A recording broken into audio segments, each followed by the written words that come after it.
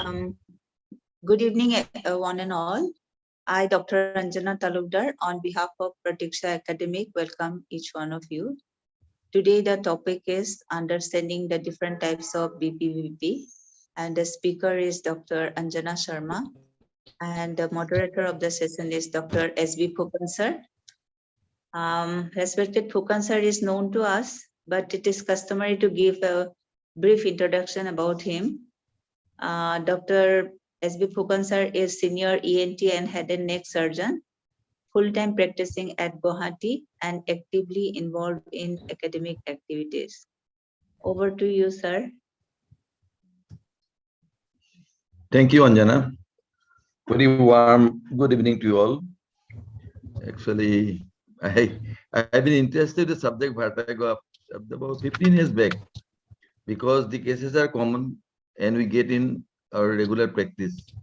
And I thank the Pratiksha Academy, particularly Anjana Talukdar, for giving the opportunity to moderate the session. But today the speaker will be no other than Dr. Anajana Sharma.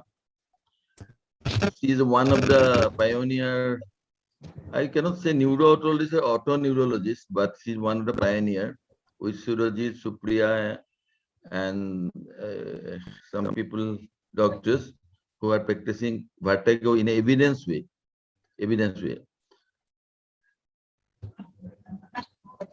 But the short introduction of Dr. Anajana Sharma. She is a DLO-MS from the alma mater Assam Medical College, the Institute also. And she has been very great interest on neurotology particularly. And she has been trained with all Anirban Vishas and everyone. And practicing this neurotology for 21 years in her own clinic, Max Care ENT clinic at Sibsagar. She is devoted in the subject, so much to say. In context setting, the subject in vertigo, it is actually very shortest definition disorder disorientation in body in space, which actually does not occur. And we should not discuss vertigo alone. We should discuss vertigo. It could be coined as vertigo and dizziness, because with lightheadedness, heavyheadedness, many things represented okay of vertigo. And vestibular system is concerned with this peripheral type, and which is so much arrogant that he always evades examination. He gives wrong information to the examiner. And no therapy gives a full protection of vertigo. And no drugs acts on any time at any condition to vertigo. But today's context mainly we are limited to benign positional vertigo, but it is actually benign positioning or positional that we explained by Anjana. And in this, I am just 5 lines, because if you want to know the BPPV, which is the commonest cause of peripheral vertigo, if you said the commonest cause of vertigo and dizziness, I'll say the vestibular migraine, but it is a central cause. And for this, we have to know the typical anatomy, physiology, and the vestibular ocular reflex.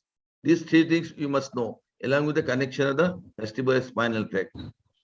And see the anatomically position of the anterior canal, lateral canal, posterior canal. If you know the position of this canal, along with the ampulla, along with the situte,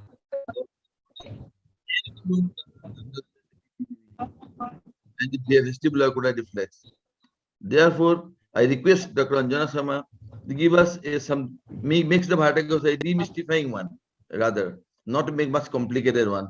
Then I think the audience can do a nice evidence-based practice, because she does a good evidence-based practice. Therefore, we can do it. Unlike the other specialties where all 3 drugs are given for vertigo. Thank you. I request Anjana to start with the presentation.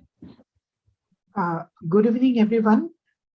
First of all, I'd like to thank Protection Group for giving me this platform, also taking the initiative in the academic activities. So without much delay, I just want to start my presentation. Today, I'll be talking on understanding different types of benign paroxysmal positional vertigo. To define BPPV, it is a mechanical labyrinthine disorder. It is characterized by positional vertigo. And clinically, we find positional nystagmus, which is paroxysmal, and it is caused by change of position of the head with respect to gravity. So it is a positional vertigo, not positioning. In positioning vertigo, there will be actual head movement. Here in BPPV, there is a change of head position in relation to gravity. Now, to understand the entire process, it is very essential to know the anatomy and physiology of the balance system. And we all know our sense of balance organ is placed in the inner ear along with the organ of body. And to sense our angular acceleration and deceleration, we have three pairs of semicircular canal: superior, posterior, and lateral semicircular canal. And to sense tilt, translation, and gravity, we have otolith organ, which is there are two types, utricle and sacule. To sense the angular acceleration and deceleration, the sensory epithelium is called crista ampullaris, and it is present in the ampullary end of the semicircular canal. And in the for otolith organ, the sensory epithelium is called macula. It is horizontally placed in utricle and vertically placed in sacule. The basic structure of the sensory epithelium is same. It is composed of hair cells. There are two types of hair cell, type 1 and type 2. The type 1 is globular, type 2 is cylindrical, and type 1 is surrounded by one nerve calyces, and type 2 is more than one nerve. On the top of the body, we have cilia. The longest and stoutest one is called kinocilium, and the thinner one is called sterocilia. And these sterocilia are placed in such a way that it is in a descending order they are placed. And the tip of these cilia are linked by a structure called tip link. This tip link is nothing but it is an ion channel. And when this cilia moves towards the kinocilium, this tip link will open up and there will be influx of ion to the body, and the whole hair cell will be depolarized. And then here the mechanical energy will be transmitted to electrical energy, and it will be transmitted to vestibular nerve. But when these cilia move away from the kinocilium, these tip link structure, this ionic channel will be partially closed, and ultimately there will be no reflux of ion and there will be hyperpolarization. Till this much, the sensory epithelium for both utricle, both macula and the crista are same. But difference is that in macula, we have calcium carbonate particle on the top of the sensory epithelium called otocorneal membrane. And another important thing in anatomy, we should understand that when the cilia move towards the kinocilium, there will be excitation, and when it moves away from the kinocilium, there will be inhibition. And the placement of kinocilium is such that all the hair cells of placed in such a way that kinocilium is either towards the utricle or away from the utricle. The kinociliums are placed either towards the utricle or towards the canal side. So for horizontal canal, all the kinocilium is towards the utricle. So ampulopetal movement is excitatory for horizontal canal, and for vertical canals, the kinocilium are placed towards the canal side, so away from the utricle. So ampulophagal movement is excitatory for vertical canal. And another important thing we should know is the Ewald's law. So just want to simplify that. If we are during stimulation, different maneuver, if we are getting an horizontal nystagmus, that means we are dealing with horizontal canal. And if we are getting a vertical nystagmus, that means we are dealing with one of the vertical canal. So stimulation of semicircular canal with respect to the head causes eye movement in the plane of canal being stimulated. For example, if lateral canal is stimulated, the eye movement will be in the horizontal axis. And if anterior and posterior canal are stimulated, eye will move in vertical axis. Another important thing that we should understand is the VOR, vestibulo-ocular reflex. So what happens, why it is important? It is a mechanical energy, mechanical thing is converted to an electrical energy. So it is a very fast mechanism, not like not like retina, where all are biochemical changes. When a particular object of interest fall in our retina, it has, for clear vision, it has to fall on the fovea. So 2-degree displacement of the object from the fovea, there will be drop of visual acuity of 50%. So when we move the head to one side, eyes will move to the opposite side so that our surrounding object of interest is stable in the fovea. So VOR is also important to understand in understanding BPPV.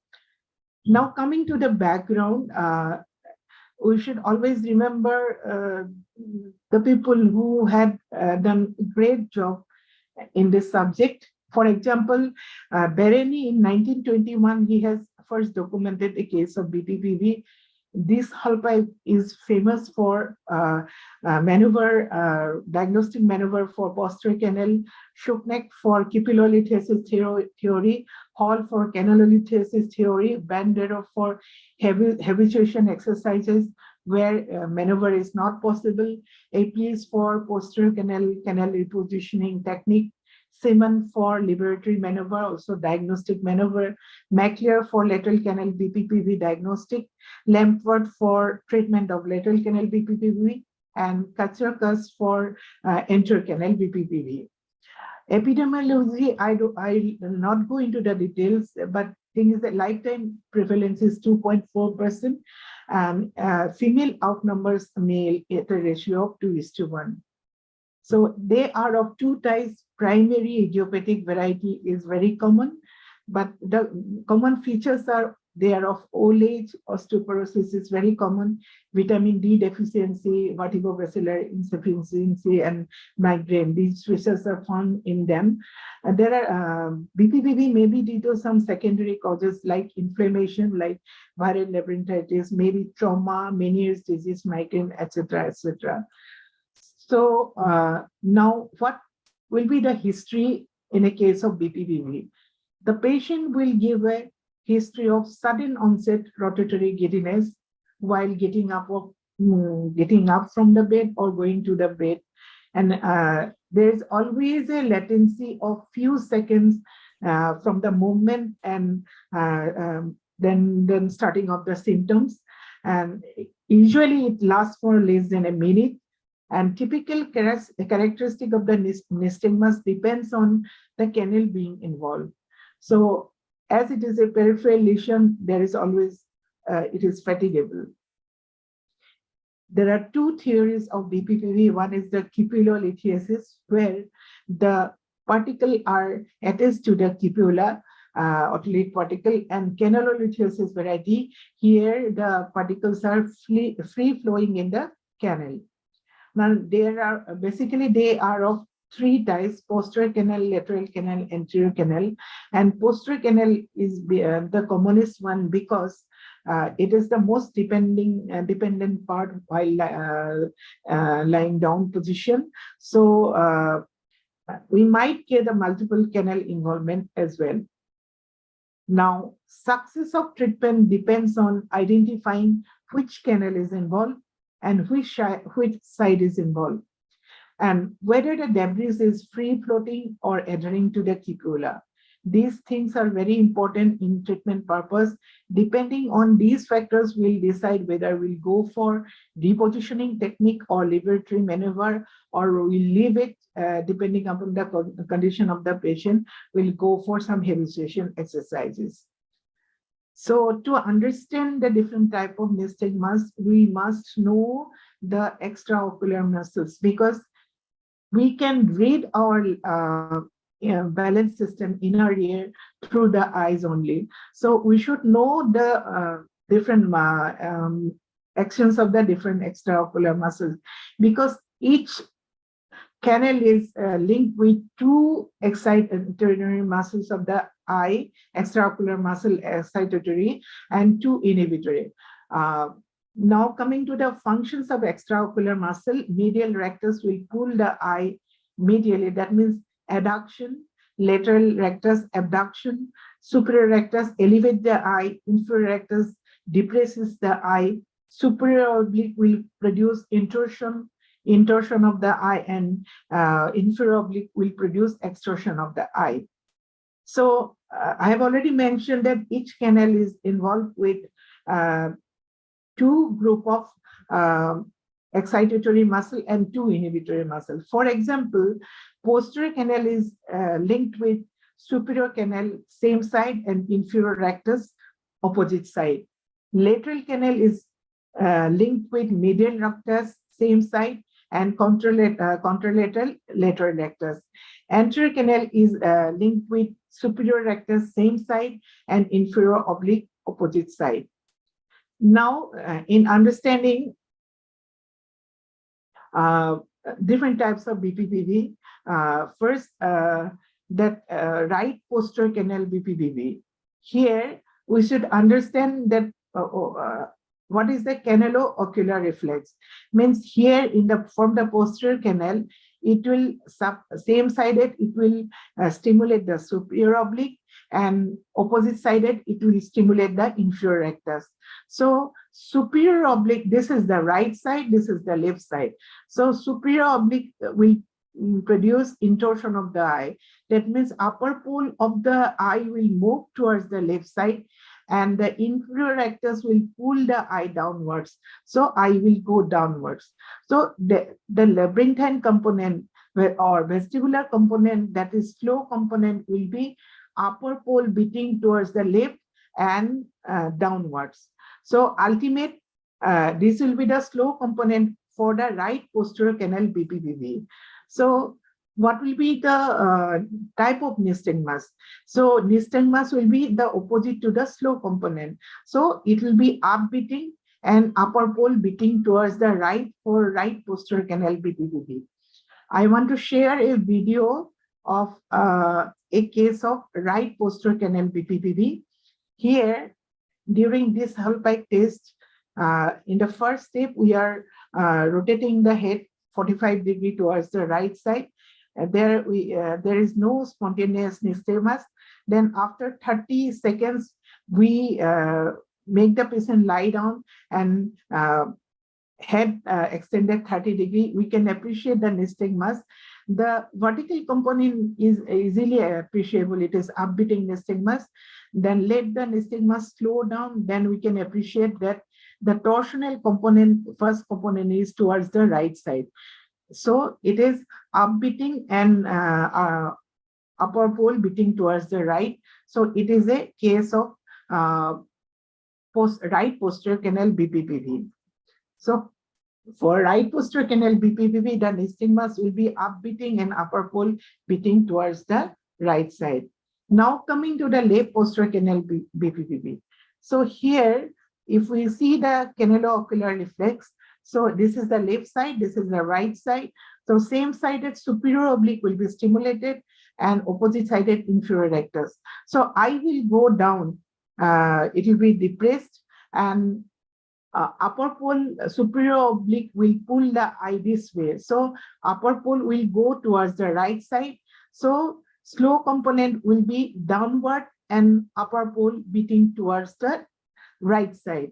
So ultimately, nystagmus will be So here, upward and upper pole beating towards the left side. For left posterior canal BPPV, upward and upper pole beating towards the left side. Here is a case of left posterior canal BPPV during this whole pipe. After 30 seconds, we can, after 30 seconds, on the second step, head hanging 30° with head rotated 45° towards the left side, we can appreciate the upbeating nystagmus very easily. Then now we can see that torsional component is towards the left side. This is the right side, this is the left side. So this is a left posterior canal BPPV. So here the nystagmus will be upbeating and upper pole beating towards the left side. Now coming to the lateral canal BPPV. So here we'll get it is a geotropic or canalolithiasis variety. That means geotropic means it is beating towards the ground. So if we rotate the head towards the right, there will be right beating nystagmus, and if we rotate the head towards the opposite side, this is we'll get left beating nystagmus. This is not a direction changing nystagmus, and from the intensity of the nystagmus, we can find out which side the canal otolith is there. So here, this is the primary position of the otolith particle. When you rotate the head towards the right side, this particle will move towards the utricle, so there will be excitation. So in lateral canal geotropic variety, when we rotate the head towards the side of the lesion, there will be excitation. On the other hand, when we rotate the head towards the opposite side, this is the primary position, so it will fall away from the utricle, so there will be inhibition. So nystagmus intensity will be diminished. So for lateral canal geotropic variety, on rotating towards the right in macular pagnini, there will be right beating nystagmus, that means beating towards the ground, first component towards the ground, and we rotate the head towards the left side, again we'll beating towards the ground, and it is left beating nystagmus. So, and from the intensity of the nystagmus, we can make out which side is involved, because in treatment we must know which side of the canal, whether right is involved or left is involved. Now, so in the what happens in canalo-ocular reflex, I have already mentioned that same-sided medial rectus will be stimulated, opposite-sided lateral rectus. So I will the slow component will be away from the ground. So first component will be towards the ground. This is a case of lateral canal BPPV during macular pagnini test. I'll come to the different maneuvers later on. So here in the second step, when we rotate the head towards the right, we can appreciate the horizontal nystagmus in this patient. So this is a case of horizontal canal BPPV, geotropic variety, right side. So direction of nystagmus is towards the ground for geotropic variety. Now coming to the apogeotropic cupulolithiasis, horizontal canal. So here it is attached to the cupula.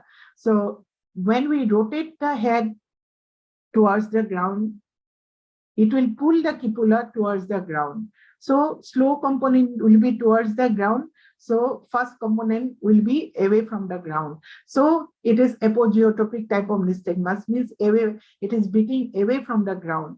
So and on rotating right also, it will beat away from the ground.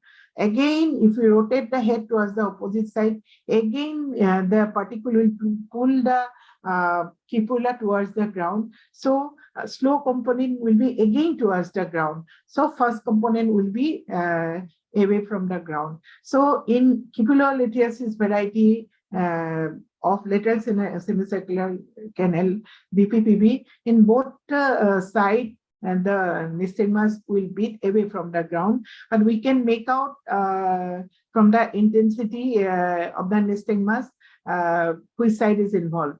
On the if we rotate the head towards the in this picture, if when we move towards the right side, the intensity will be diminished because it will fall away from the utricle. And here in this picture, it will fall towards the utricle, so intensity will be increased. So recently, I got a referral from a physician. A patient came with only nausea. Initially, I was taught that he has been given a lot of like antiemetic, PPI, everything. That patient didn't get any relief. Then he was sent to me for vestibular system examination. On examination, I found, and I was doing macular pagnini in the supine position, head supine. I didn't find anything. Right side also, I didn't find anything. Then up to 130, I didn't find anything in the against supine. On left lateral position, I can appreciate the left pitting nystagmus.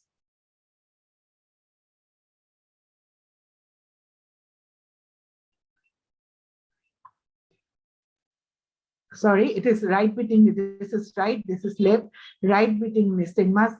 So it is apogeotropic nystagmus. That person was having capillolithiasis of left horizontal canal. Now coming to the anterior canal.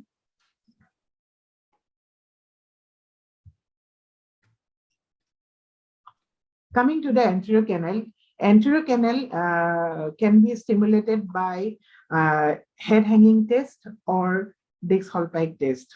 So, but to stimulate the right anterior canal, we have to do left Dix-Hallpike and vice versa. So in anterior canal BPPV,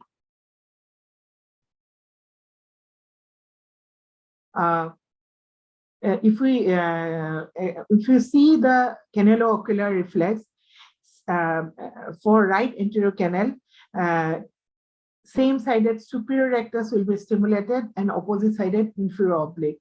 So slow component will be upward and upper pole beating towards this is right side, left side. This is right side, left side. So inferior oblique will pull the eye this way. So that means upper pole will go towards the left. So slow component will be down, upward and upper pole beating towards the left. So ultimate nystagmus will be for right anterior canal. It will be downward and upper pole beating towards the right side. So it is same as posterior canal. Only thing is that the vertical component will be downwards for anterior canal and upward for upward for posterior canal. But torsional component will be same for both anterior canal and the posterior canal. So here is the case of anterior canal BPPV, right anterior canal BPPV. On the second step, after 30 seconds, we can appreciate a downbeating nystagmus.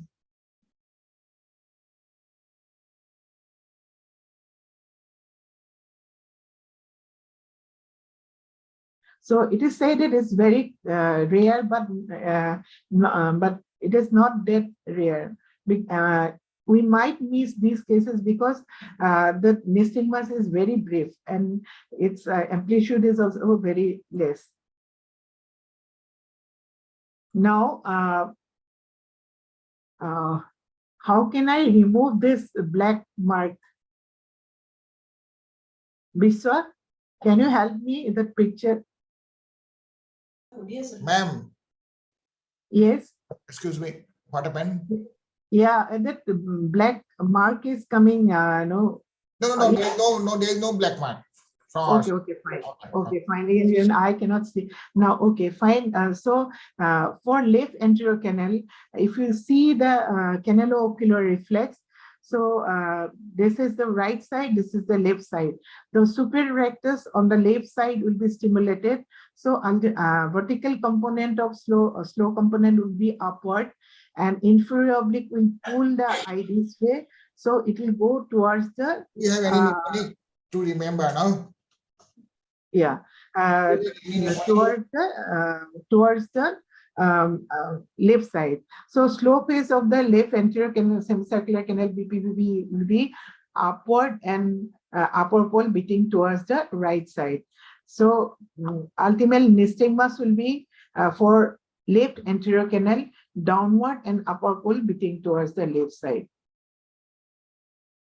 This is a schematic diagram to understand slow component of different canalolithiasis of BPPV. So, for example, how to read it for right posterior canal.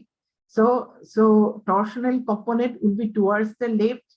This is a slow component and downward. So downward and upper pole beating towards the left. This is the slow component. So nystagmus will be upward and upper pole beating towards the right side.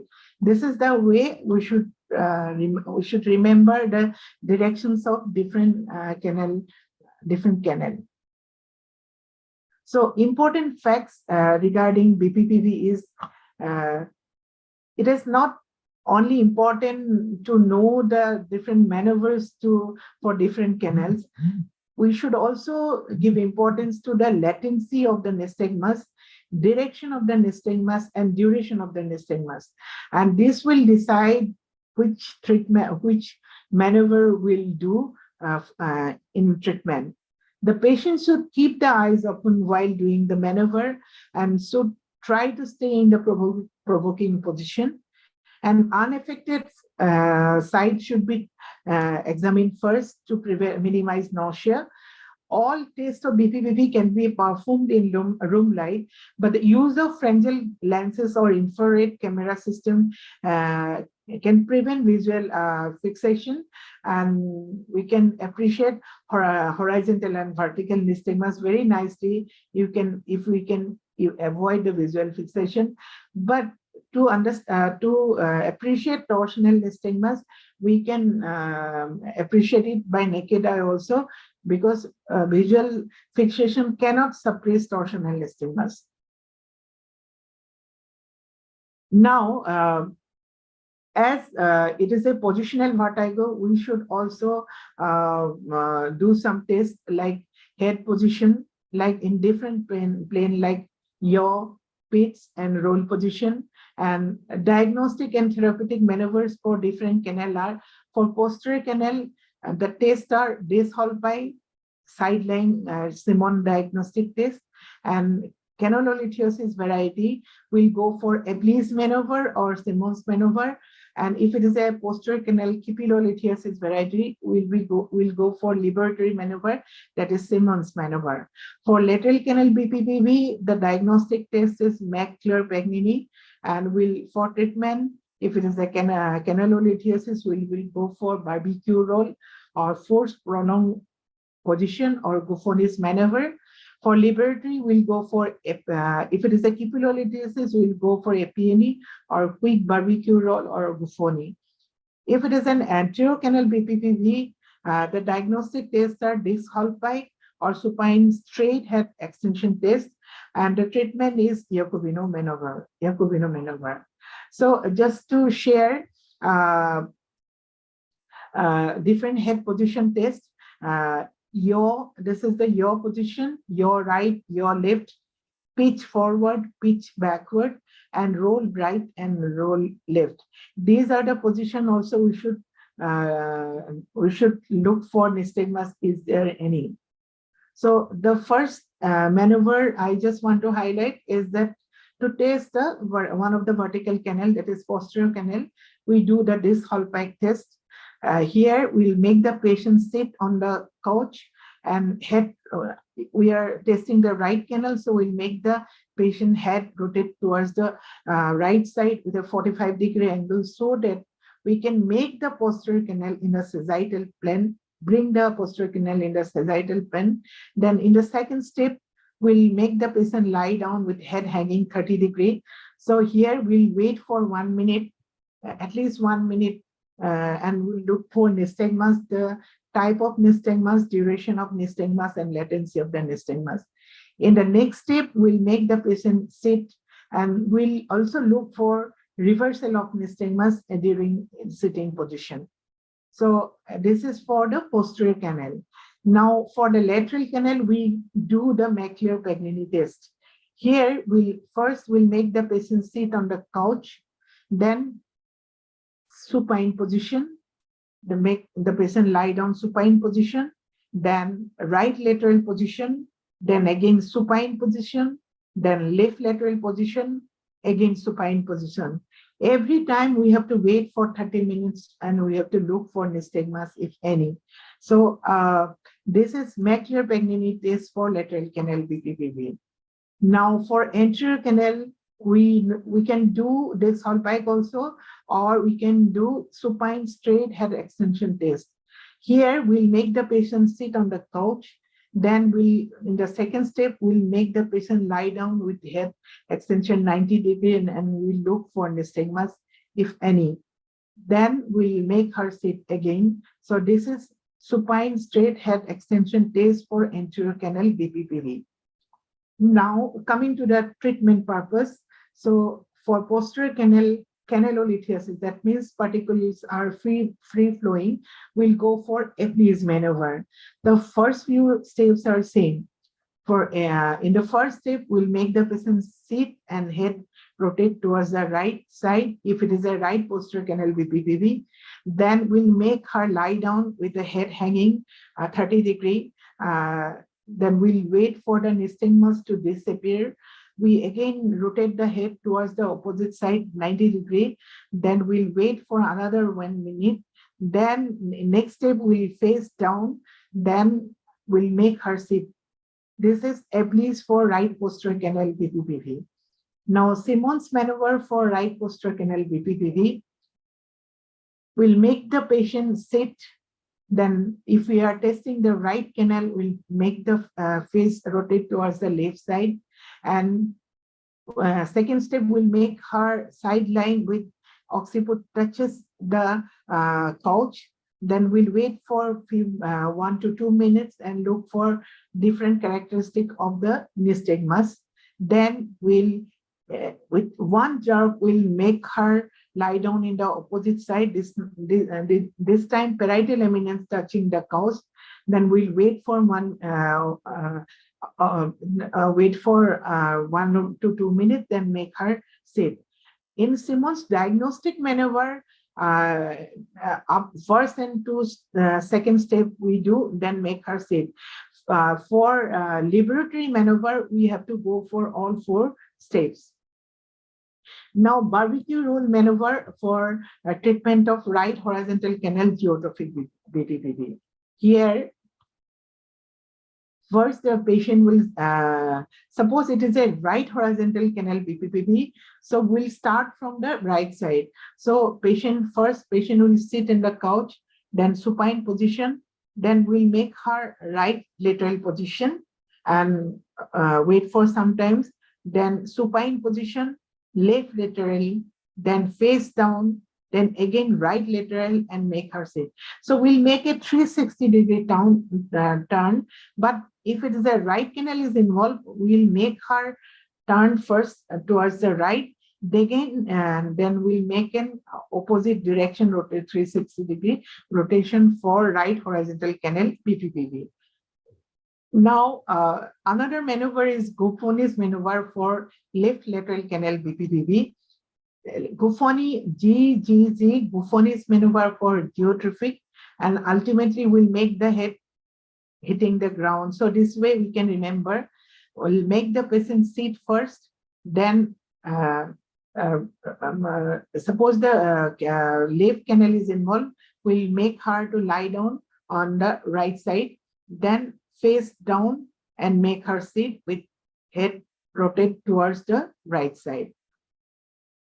APNE is another method for apogeotrophic variety of lateral canal BPPV. So here, first the patient will sit, then side lateral, then this time opposite face will go up and make her sit. This is APNE maneuver for right lateral canal apogiotropic BPPV. In Iacoviano maneuver for enterocanal BPPV, here the first two steps are same. Then in the third step, we make the head flex 60 degree, wait for some time, then make her sit. So forced prolonged position is another method. Here the patient lies in the ear that contains the debris for 20 seconds. Then we'll make her lie in the opposite side in the normal ear for overnight. Quick barbecue roll is same as barbecue roll, but the time taken is very short between different steps. Now coming to the rule of surgery in BPPV, normally maneuver is sufficient enough for treatment of BPPV. Even if we can't do the maneuver, there is every possibility that otolite particle will be dissolved in the endolip itself, or it can dislodge into the utricle. And utricle have epithelium has got tremendous capacity to catch the detached particle again, and within 5 minutes it gets adhered to the utricular epithelium. So that two surgeries recommended are singular neurectomy or plugging of the posterior canal through transmastoid approach. Just wanted to show one video that why the understanding of the nystagmus is important, not the test we are doing. Here I was doing a Dis-Halpike test of a Dis-Halpike test for a patient with BPPV. So in the first step, there was no spontaneous nystagmus. In the second step, in the head hanging, we can appreciate the horizontal nystagmus. I was doing Dis-Halpike, but getting the lateral canal horizontal nystagmus. That means I was stimulating the horizontal canal. So though I am doing the Dis-Halpike, but it is a case of horizontal canal BPPV, because here is the picture. We can see that this is the nystagmus, horizontal nystagmus. Now, these are the common varieties, but sometimes we might get some atypical presentation in BPPV. For example, in posterior canal BPPV, here there are 3 types of canalolithiasis and 2 types of cupulolithiasis. The 3 types of canalolithiasis are, the most common is in the long arm. This is the long arm of posterior canal, and short arm is that it is the part of the canal, posterior canal, beyond the cupula towards the utricular side. This is very wide and short. So this is the short arm, this is the long arm. These two are canalolithiasis. Another position where we can get otolith in the posterior canal is the near crust. So there are 3 varieties of canalolithiasis: long arm, short arm, and towards the crust. Now coming to the cupulolithiasis variety, there are 2 types. Either the otolith particle is attached to the cupula towards the canal side or towards the utricular side. So 2 varieties of cupulolithiasis and 3 varieties of canalolithiasis of posterior canal BPPV.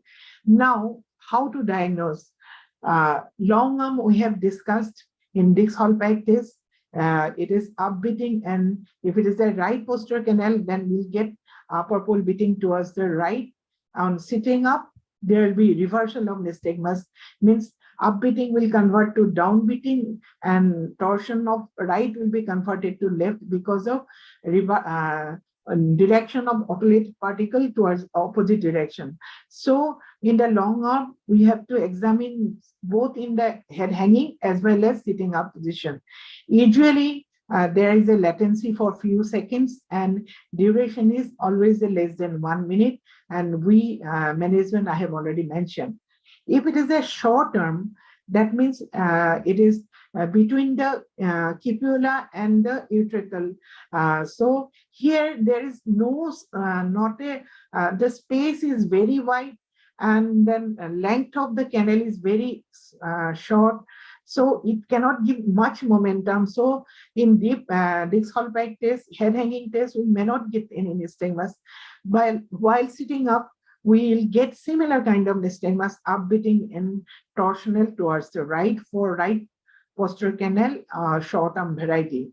But it lasts for few seconds, and we'll go for brisk pli or brisk Simon maneuver, or sideline towards the left side with mastoid vibrator on the right side. If it is in the non-ampullary end, if we see the picture, here it will behave almost like an anterior canal BPPV.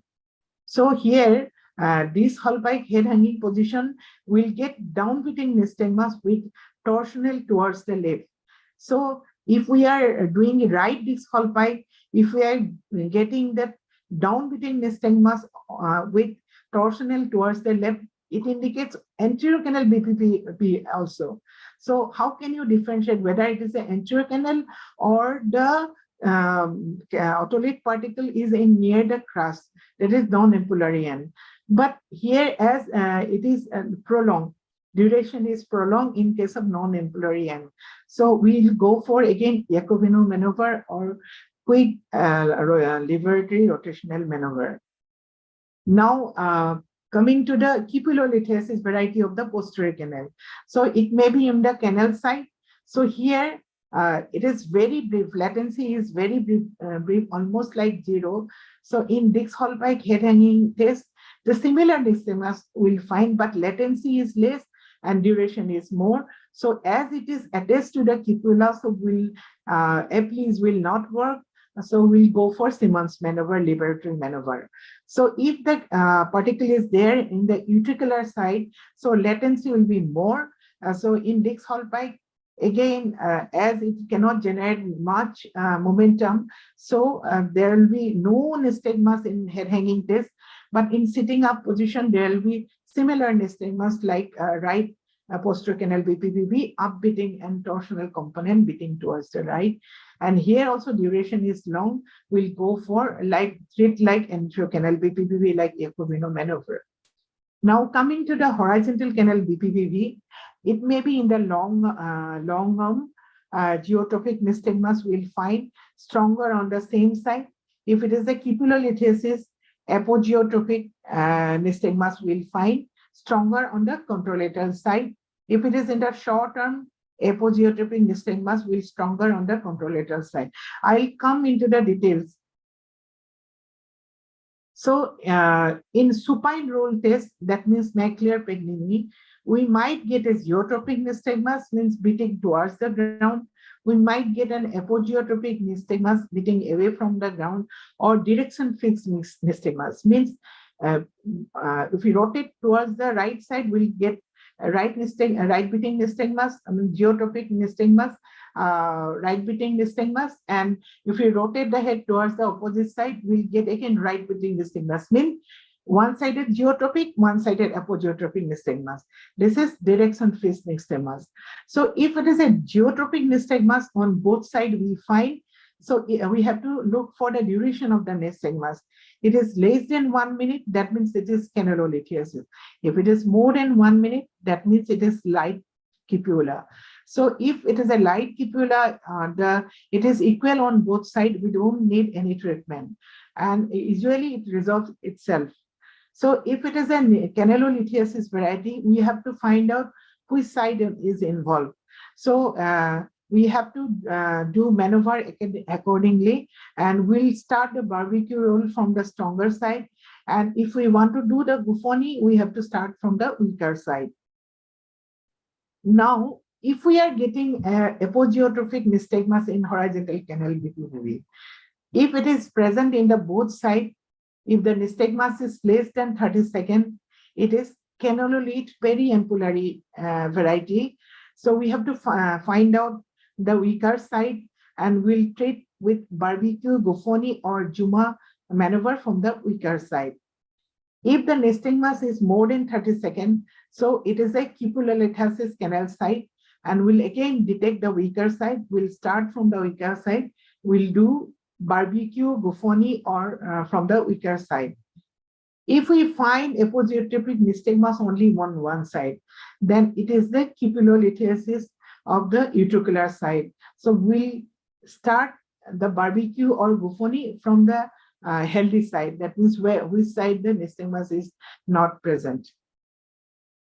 Again, the third phenomenon that can occur in examining horizontal nystagmus, it is the direction fixed nystagmus.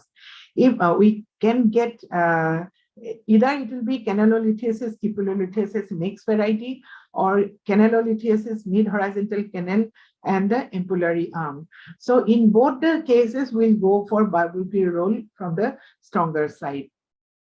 Now, the very important thing is that while treating horizontal canal BPPV, whether it is a geotropic or apogeotropic, we must identify which side is the canal get involved. So there are some secondary tests to determine the side of the canal being involved, like pseudo-spontaneous nystagmi, supine roll test, and bow and lean test. In pseudo-spontaneous nystagmus, it is not a spontaneous nystagmus. While we make the patient from supine position to sitting position, the horizontal canal will make an angle of 30 degrees. So it will, because of the gravity, the otolith will go down. So it will give a constant movement of the endolimb. So that will produce a nystagmus. So this is called pseudo-spontaneous nystagmus. Whether the nystagmus is geotropic or apogeotropic, in other tests we have already examined. But we have already examined that it is a geotropic variety of horizontal canal BPPV. This direction of the pseudo-spontaneous nystagmus will tell us which side is involved.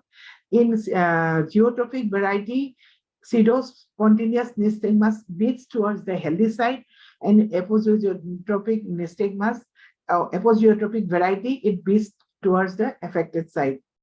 So in supine roll test, I have already mentioned that in geotropic, it is intensity is more towards the affected side, and apogeotropic, it is more towards the healthier side. Bow and lean test is another test. So here we'll make the patient to bow head flex 90 degree. Here, if it is a bow beats towards the affected ear, if it is a geotropic variety, then in bow position, the direction of nystagmus will tell which canal is involved. And for apogeotropic, in the lean position, the direction of the nystagmus will tell which canal, which side of the canal is involved. So this is a Juma maneuver can be done in, I will not go into the details of the Juma maneuver. I normally have never done. Anterior canal also, there are different varieties like long arm, cupulolithasis, and short arm. But I have encountered only in the long arm anterior canal BPPV, but we might get different varieties of anterior canal as well. Now, few terminology we encounter while talking about BPPV is canal switch. Canal switch is while doing the maneuver, if the patient resists, or if you are not doing the maneuver, repositioning maneuver properly, especially in the posterior canal BPPV, while doing a place that particle can enter into the horizontal canal. This is called canal switch, or from one horizontal canal to the other horizontal canal. So we have to be very careful in dealing these cases, maneuver. Second point is the canal jam. And canal jam is while doing maneuver also, sometimes that otolite particle get plugged in part of the canal, so it will produce severe vertigo. So in many cases we have to abandon the maneuver, and we have to give the vestibular sedation, and we can go for repositioning maneuver at a later date. And third thing is that multiple canal BPPV. This is also we might get, especially in young adults following trauma. So here, then first thing is that detection is not difficult, because we have to, in each and every canal we are testing, so we can easily find out whether it is a single canal involvement or multiple canal involvement. But treatment purpose will treat the canal first, which is giving more trouble. So then fourth thing is that post maneuver restriction. So here, normally, theoretically, there is no chance that after maneuver that it will again go back to the from the ventricle to the again to the canal. But some people advise using neck collar or putting pillow while sleeping, head little higher level. So these are the post maneuver restriction. Now, differential diagnosis is it is very important that all positional nystagmus or positional vertigos are not BPPV. That we have to remember. We even in the vestibular migraine, even in the acute vestibular neuritis also, we might get positional vertigo. So we have to look for, if it is an acute vestibular neuritis, we have to look for spontaneous nystagmus and other tests also to rule out the acute vestibular neuritis. The most important thing is that we have to be 100% sure that we are not dealing with the central positioning vertigo. Many a times, stroke may present with posterior, positional vertigo. So it is very important to differentiate from a central positioning nystagmus from benign peripheral positioning nystagmus. Now, coming to the role of medications, yes. Sometimes it is very difficult to go for maneuver because of some problem in the spine or very old patient. In those cases, we might have to go for some vestibular sedation.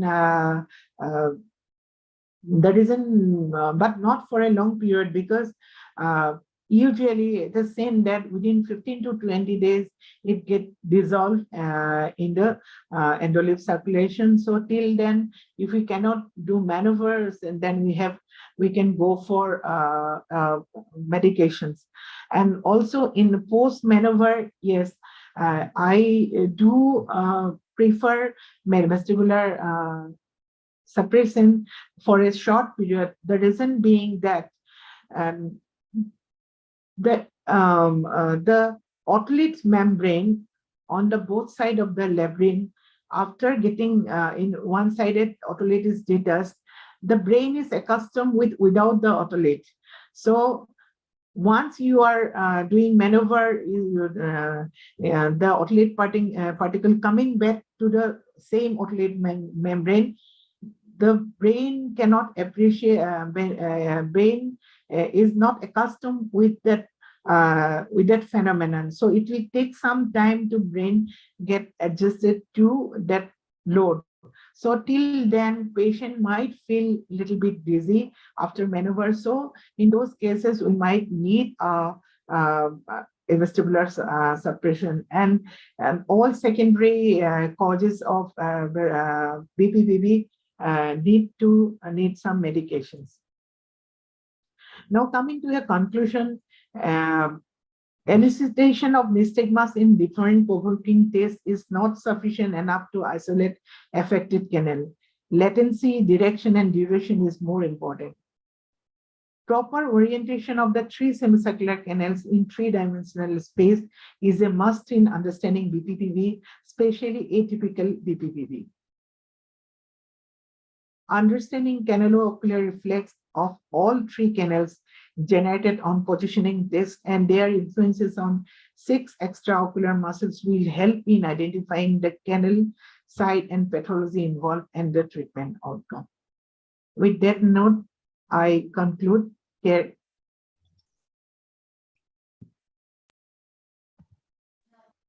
Over to Fukan, sir. Thank you very much, Anjana. You have taken nicely 60 minutes and it is very good. And people may not understand many things, but you have nicely started from the anatomy, physiology, and of the orientation of the different canals, and also these different diagnostic procedure, and also the maneuvers. Actually, you are very right in a sense, but I think some queries from the audience may be there. I don't know what chat boxes says. Anjana? এতিয়া তুমি হামুদিয়া এতিয়া বেলেগ কথা একো নাই তুমি কোৱা Sir, only one question is there from Biswajit. Do we have any mnemonic to remember all? Really, we need a mnemonic actually. Only thing is that I have already given a chart actually to Slow chart, understand the slow component of different types of BPPV. That is if you look at the chart, if you remember the chart, at least you can have some idea about thing is that. And one thing is that if you keep on doing practice, then the things will be easier for you. The most common variety is the posterior canal, and then followed by lateral canal and anterior canal, very rare. So apogeotropic variety also not very common, but you have to know that what it can happen if it is an apogeotropic variety. So first thing, what I feel that anatomy and physiology is very important. If you know the canaloocular reflex, for which canal, which two excitatory muscles are involved, and their counter inhibitory muscles are, if you know these things, then things will be easier to appreciate that what canal I am dealing with. Yes, very rightly you have said that. Actually, mnemonics is for exam. With the mnemonics, you cannot treat this. There are such cases. Just mnemonics you remember, but if you cannot apply, it is not mnemonics. If the mnemonics for exam, you just to remember to keep the external exam, the viva examination. And this is not for here. You have to know detail about the anatomy, physiology, and vestibular-ocular reflex. Otherwise, you will not correctly do the maneuver, and it will be unsuccessful. But Anjana, I want to ask one thing. Suppose you have realized this says that in anterior canal BV, though it is a rare due to anatomical positions, but here it is climbing the downbeating nystagmus and a torsional type, which is like your central type. How can you differentiate from is not being a central? Then we have to go for a posterior fossa imaging or like that. Actually, in nystagmus, I have already mentioned that not only the direction, the latency also very important. The latency also important, and the duration. So if it is, and then fatigability, that these things are the features of peripheral nystagmus. Anterior canal BPPV is a peripheral nystagmus, so we'll get a latency as well as duration will be not more than 1 minute. So it is very less actually anterior canal Suppose it is BPPV. cupulolithiasis, where latency will be very less then. Anterior canal cupulolithiasis is one, but Yes. if it is a downbeating nystagmus you are getting, and it is prolonged, and better to diagnose as a cupulolithiasis variety of anterior canal, we should go for an imaging to rule out central cause, because that will save the life of the patient. So, so that is important. You have told that about the infarct cases, you may not find anything. Suppose you're doing hinge test and everything, but it's difficult actually sometimes. Hello, sir. Can Yeah. I? Yeah. Yes, you can Yes. comment. Anjana here, sir. I know your name has been Yeah. briefly noted in the Yeah. screen, not your photograph. Yeah. So I wanted to ask ma'am because if it is anterior canal and we are getting downbeating nystagmus and it's difficult to rule out from the cerebellar, it's a central lesion or not. So in nystagmus, I think there one point I can add here that if it is a purely central nystagmus, so there should not be any torsional component. So whenever there is Even in the anterior canal also, the yeah, torsional component is not that prominent. That Not that yeah, problem. Yes. it's not theoretically prominent. you can say that Mm, theoretically what I have seen, that theoretically you can say that yes, mm. torsional component can differentiate it whether Is it is a there or not? central or Yes. peripheral. But even in the if you see that the position in the anterior canal, the torsional component is not very prominent in Prominent. anterior Yes. canal Yes. also. Yes. So if practically it is not possible having Mm. torsional component or not, that is the only that we can surely differentiate it from central cause. Right. Right, ma'am. So, and can I ask one question, ma'am? I have a query whether you put the patient on vestibular suppression after doing the maneuver in all patient, or you select the patient to whom to be given the suppression or not? Uh, Actually, especially actually depends on the patient. Very young, energetic patient, young patient, I will not give Mm. anything. Many Okay. patient, I don't give anything. But in if it is a long-standing cases of BPPV, Right. Right. like recurrent BPPV, long Mhm. duration patient, your brain get trained to similar otolite membrane without a otolite, means it is from the otolite membrane, and without a otolite one side the brain get trained to similar no input from the ventricle. Once you are doing a maneuver putting back that otolite particle to that otolite membrane, that disparity immediately cannot brain cannot compensate immediately. It will take time. So till then, especially in old days and long-standing BPPV, I will go for some kind of vestibular sedation. And also patient, sometimes, practical purpose, I'm telling you, if you do a maneuver and patient will not be happy unless and until you prescribe something. So, Yes. and you may not actually, I suffered from BPPV, so I know the after no after maneuver what kind of feeling you will get. Like no, you are no, it is lightheadedness kind of thing you will Yeah. find. Yeah. Like so Mm-hmm. that is very annoying. Like so patient will not feel. Even I was getting angry with that feeling, so I started taking medicine. So a patient will be very shaky if I send the patient in With that that way. medication. Yes. So it is better to be in a safer side to give some vestibular sedation, but for And, not and for long and period. when you call patient after the maneuver, after how many days you call patient for the ETC? I say that if you are feeling dizzy, come. Otherwise, don't come. Okay. Yes, you are correct. Sir, I don't do when I post. And for I how don't many days say the vestibular suppression after the maneuver? no. I at least 3 days is sufficient enough. Yes. 3 days is sufficient enough. What I feel in my case.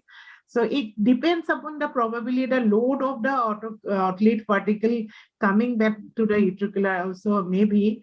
So I'm actually going through all these things because I need some time to study all this. So how that metabolism of outlet particle, I think that outlet particle load is also important. Uh, which will help, which will decide whether to go for a vestibular sedation and for how long. And do you get patient where after the maneuver that canal conversion or like that? Canal conversion, I have not encountered canal Yeah. conversion, but recurrent BPPV is very common. Recurrent BPPV, I found two cases. And fail maneuver is very common than canal conversion, because I did one patient I did 7 times FLE. 7 times FLE, but I couldn't only after seventh maneuver only I could get she could get rid of this otolite particle. So I don't know what is the reason. That is one difficult case, and recurrent BPPV is very common.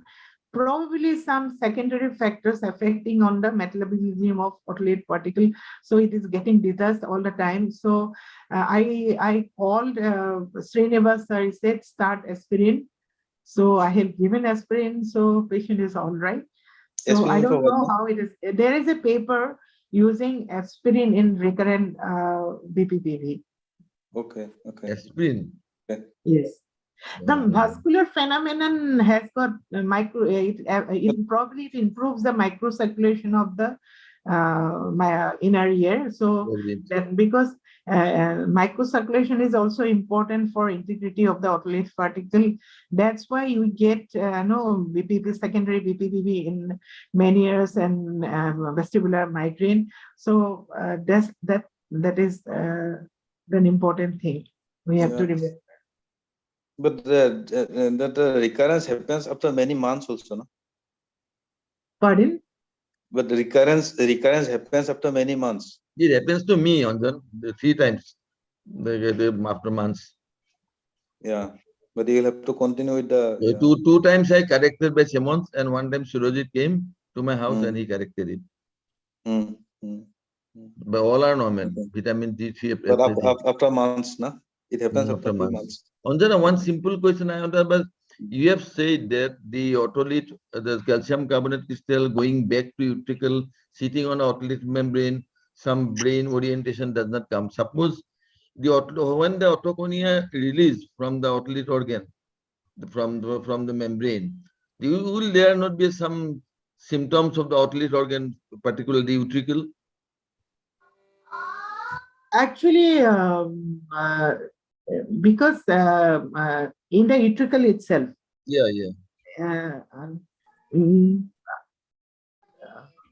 I have no idea about that, but thing is that utricle is meant for that all the forces like gravitational forces, till it can appreciate tilt and translation and gravitation.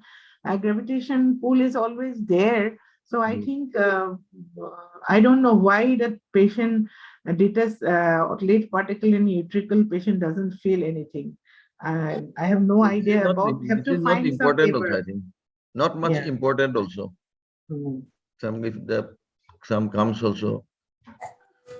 Anyone can ask a question because it's chat box. I have a very basic question for Anjana. Very basic question. See, for a clinician or a person who is not into, vestibular practice as such, whenever he gets a patient of BPPV, how much important is magnification? I mean, using something like a Frenzel's glass during the procedure.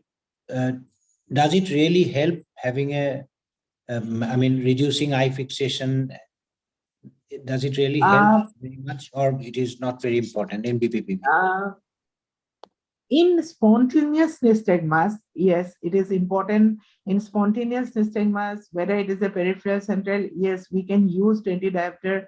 We have Michael glasses, or if we are Frenzel glasses is very expensive, but we have infrared goggles like VNG goggles. We can easily find out. But what I feel that yes, if we can use a 20 diopter lens in the form of Michael glass while doing maneuver in the OPD, that will definitely nystagmus will be more prominent because visual fixation will not be there. But many times I feel it might be very clumsy also.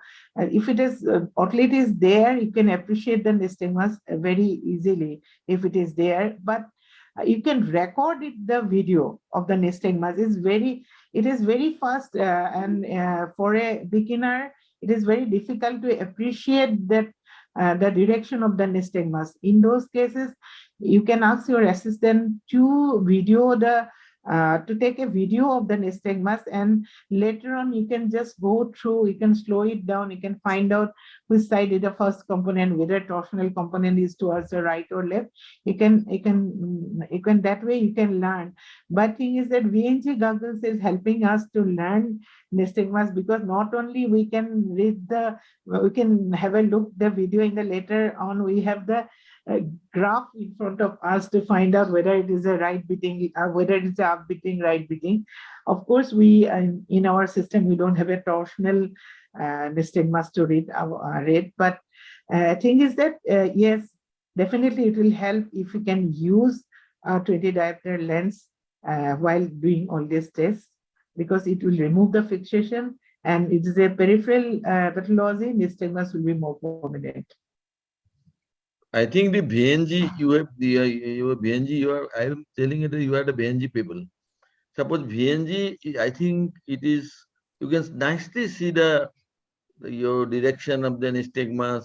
Suppose during a place, if after 45 degree, then 45, 90 degree, suppose the direction changed, then the interpretation you will know that the autologous is not going in the right direction. Yes. I think you can detect, no? Yes, that you can Yes. see the direction of the nystagmus will help you are doing in the right way or not while Right doing way or not. the That is the right most important. can only repositioning technique. Yes, And repositioning. also in a bigger skin we can make out that reversal of nystagmus and all in every step we have to look for the direction of the nystagmus. So that VNG is helping us to understand the entire process actually. Yes, very nice. Any questions, any controversies? Sir, Avinash Kumar has asked, Mm. how frequently you ask to come for repeat maneuvers if patient does not improve? I think she has The said, answer already. she has answered, yeah. What I have seen that I'm also a learner. So treating BPPV is not at all difficult. I don't know how the God has made our vestibular system, and then I salute to the people who have designed this repositioning maneuver. If you maintain the angle, definitely patient will get cured. Most of the patient will get cured. And if it is not getting cured, then think of something, you are not doing the proper diagnosis. So look, the most common what I have found that most common cause of positional vertigo in our practice is vestibular migraine. So look for that, also take the history properly and look for the other features of vestibular migraine, if it is there or not. So that is more important, what I feel in my practice. Anjana, Yes. one more query. Whenever sometimes we have patients where when you're taking the history, it definitely feels like BPPV, but when you do the Hallpikes, you don't find any nystagmus. So what do you do in those situations? So actually, if I'm doing clinically all these tests, sometimes that the load of the otolite particle may not be much to generate that much of momentum in the endolymph to produce a visible nystagmus. In Correct. that case, I'll go for if that I'm doing the Hallpike right and patient is complaining, I will go for at least on that same side what I am doing. So that's what I am doing so far. In that direction, Anjana, suppose that I find this patient, the patient complains about the right or left, about the BPP vertigo. But when you do the discovery, there will be no vertigo. And not only that, you will show no nystagmus, nothing. Then what you do? I used to do the maneuver according to the history of the patient. Patient complaints. Yes. Am I not correct? Yes, I have gone through some of the literature. They said that do the maneuver according to the subject symptoms of the patient. Yes. Sometimes you have to go for. This is a subjective vertigo. I have gone through the book of Anita Bhandari. She has actually, there is no terminology called subjective vertigo. So No we are terminology. not being able to elicit the nystagmus doesn't mean that it is subjective vertigo. Some pathology is there, but we are not being able to elicit the nystagmus because its amplitude of nystagmus is very low. Very low. It's not clinically visible. Yes. Clumping of the otoconia may not be sufficient to cause the vertigo and the flow of the endolymph. You are correct. Then what, any controversies? So one question. So is there any issues if we do the Guphonism of a right side and left side in the same sitting, if not very clear? If the diagnosis is not very clear whether right or left, and you do Guphonism on the right side and Guphonism on the left side, is there any issues? I don't advocate because first thing is that we cannot you cannot suppose it's like the person is having right posterior canal BPPV, I am doing left FPs. So this is actually, you have to find out which side of the which side of the canal being involvement. Suppose horizontal canal, I have already mentioned, bow and lean test is very easy. You can just make the patient bend forward 90 degree and extended 60 degree. That will tell you which side, if it is a geotrophic variety, and which side is involved. Even in macular pagninia also, we can make out if it is a geotrophic variety, if towards the side of the lesion, that intensity will be more. So you have to find out the which side is involved. I don't know what will happen if I, without knowing the direction, which side is involved, if I keep on doing right and left, and Yes, I have no idea, but preferably in book says that side and side is very important to find out, and also that pathology involved. These three things are very important for a successful outcome of management of BPPV. What I was asking that if there will there be any other complications if we do both sides? So it depends on, suppose there may be canal switch also. Yes. There may be canal switch also. So that can occur because it's a horizontal canal.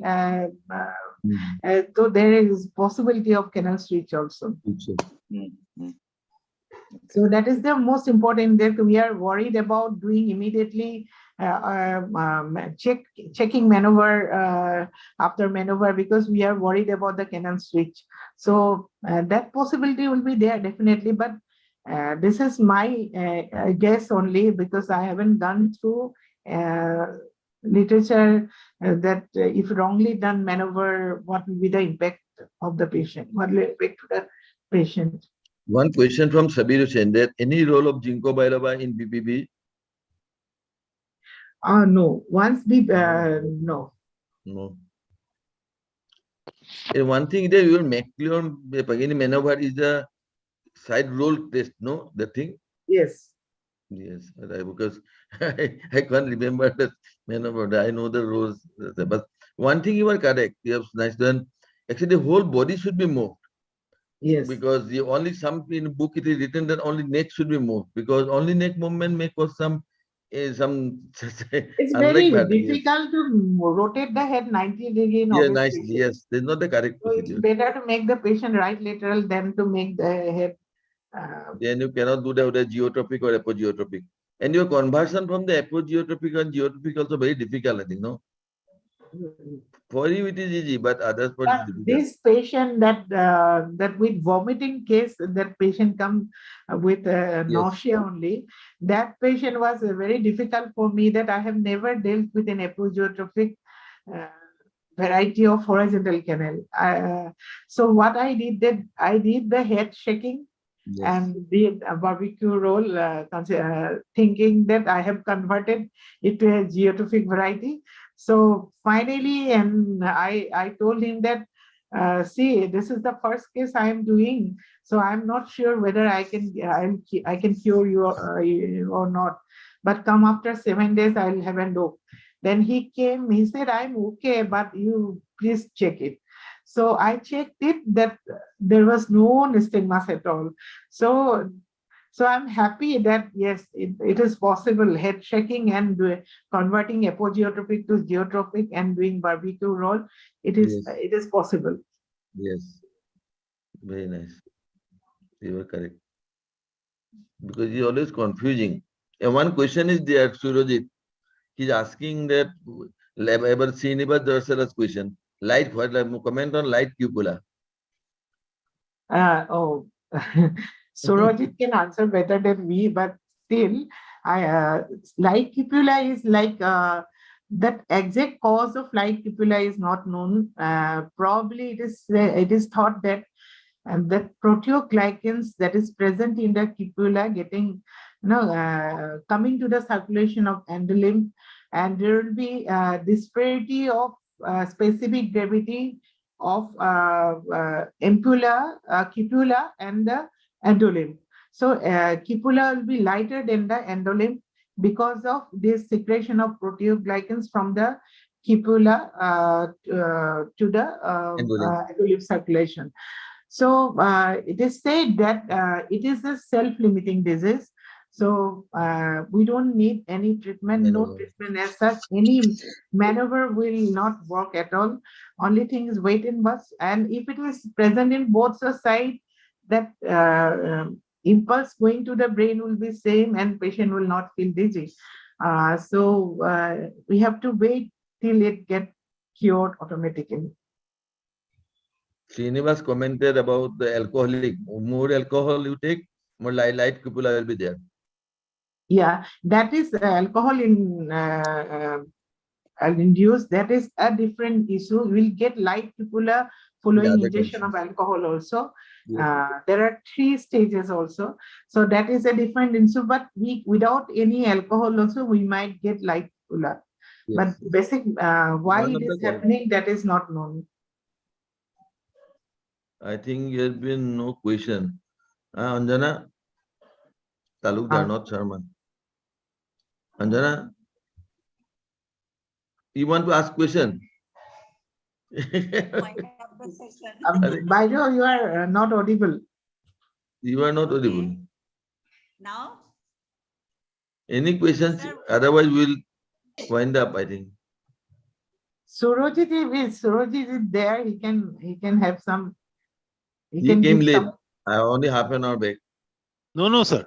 I was here from the he very was fast. coming and going. When you entered, I came in very fast. My network problem was there, so I'm just shifting from here. But I came, sir, when you were introducing Anjana. I was there from there only. Yes, I have seen. You give a comment, Surajit. Sir, I think I've already written. I think this is a very comprehensive presentation by Anjana Baido. And as far as BPPV is concerned, we have always, it's a general accepted fact always. Anjana Baido is a stalwart in this. And in any subject, we have a saying in a neurology group, if you need to understand a subject deeply, we need to ask Anjana Baido. It's a, even Dr. Srinivas has told me that. So, sir, I think the basic problem with BPPV nowadays is BPPV has become a very big subject. Whereas initially we had only 3 canals involved, the posterior, anterior, and the lateral.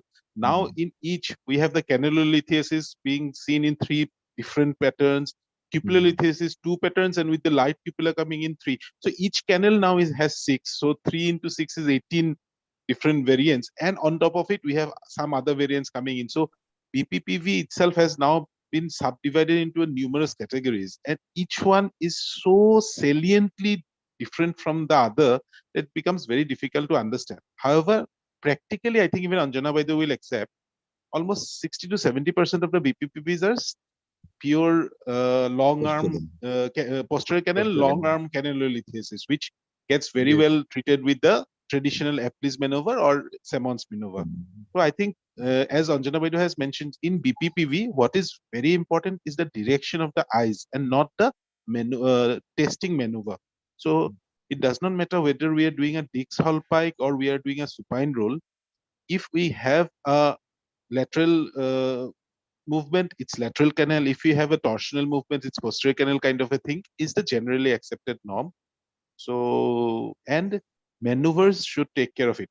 There was a question about what to do, how much of anti-vertigo or another drugs should be given post management. I had put this question to, luckily, to Dr. Michael Stroop, and he had told me about something called otolith overload. So he says that the otolith that is inside the canal, once we bring it out of the canal and put it in the utricle, now there is actually a little more otolith in the utricle of that side than on the other side, and that for a few days can cause a disparity of the otolith weightage in this utricle to that, and that may cause that sense of imbalance. And in those cases, you need to give anti-vertigo drugs for 3 to 5 days.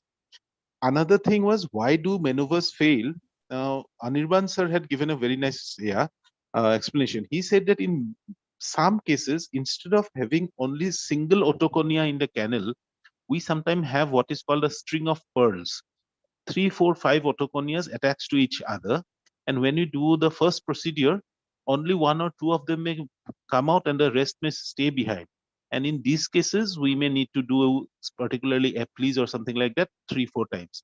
So these are some of the less spoken about things about BPPV. But I think what Anjana Baidu did today was to use the Assamese sentence, Hatimari Bhurukat Bhurua. She has been very extensively dealt with Yes. BPV, and I think we should be thankful to her and congratulate her for such a beautiful presentation. Yes, yes.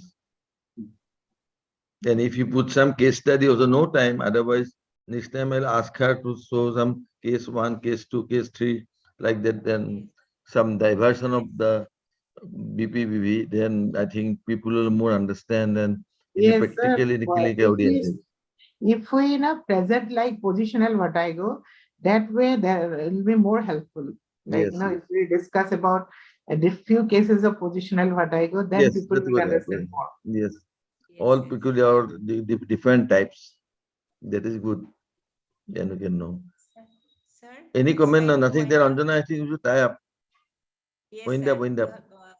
I want to wind up, sir. And Your sir, voice is not coming. By the way, your voice is not coming. can you hear me now? Little bit. Now? What happened? The mobile is Pilot শুনিছে?